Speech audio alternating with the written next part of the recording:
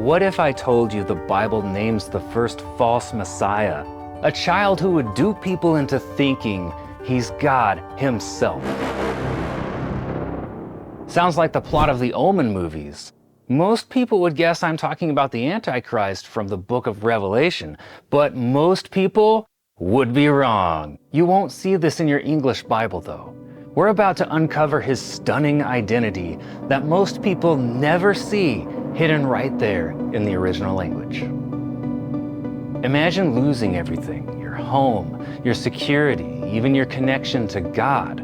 One moment you're in paradise, no financial problems, you're safe and secure, more food than you can ever imagine. But then, you're trapped on the outside. No safety net, no second chance. You've got to fend for yourself in a world where survival isn't guaranteed.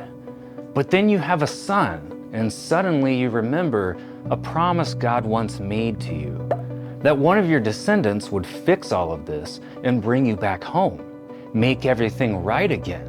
And you think to yourself, maybe it's him. So who was this mystery child? Most people don't realize this is part of the story, but put yourself in the shoes of the first humans. Who would be your first suspect if you were Adam or Eve? Wait, hold up. That's what it says in the Hebrew? Yeah, it's pretty wild, but for a while, Eve thought she was holding God in her arms, that he would lead them out of this harsh world, back to paradise. But they were dead wrong. He was every parent's worst nightmare. The key to this mystery is hidden in Genesis chapter 4, verse 1.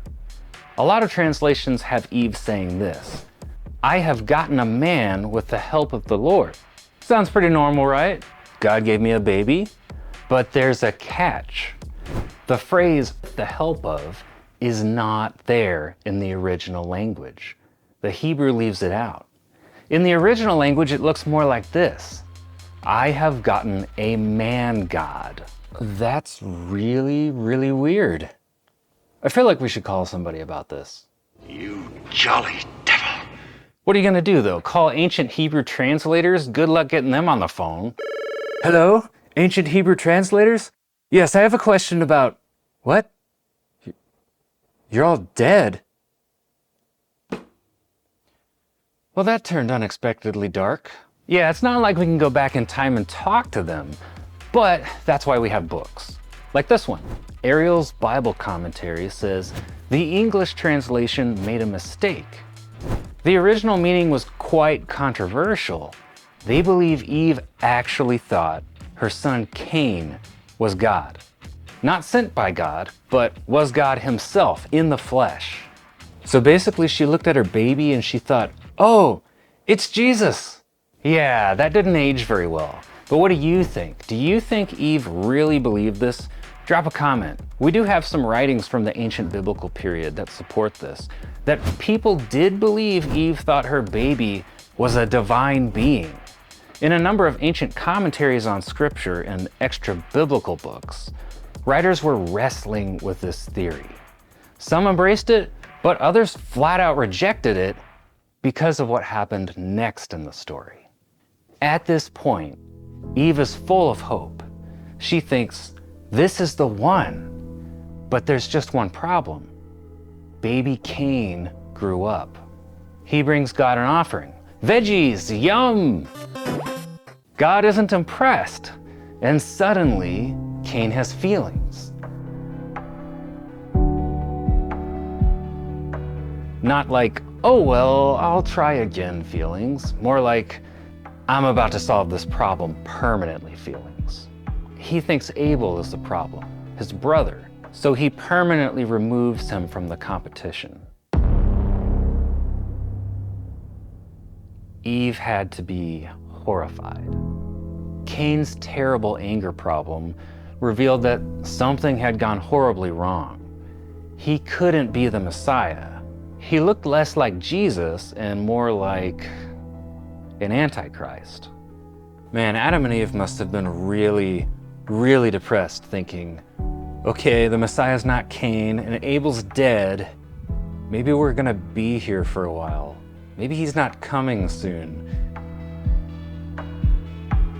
But why is Eve's initial belief that Cain was gonna be the Messiah such a huge deal? I mean, what does it change about our understanding of Jesus? Here's the thing. You, your friends, your family, or someone you know desperately needs this information to overcome a major hurdle to faith. A lot of people believe today that Christians or scribes added Jesus' divinity to the story of the Bible later. But if we can go back to the beginning of the Bible and find that the Messiah was expected to be divine from the start, well, that changes everything. It means that in the Bible, when people called Jesus the Messiah, it means they were calling him God in human form. Not just a revolutionary, not just a great teacher or a political leader or prophet. They were calling him God in the form of a man. But Cain didn't go from an innocent baby to murderer overnight. Something else hidden in the original language, someone was there pushing him over the edge. You're talking about Satan, right? Wrong. The real answer is way weirder. Trust me, you're gonna wanna know this. Watch this video next to find out.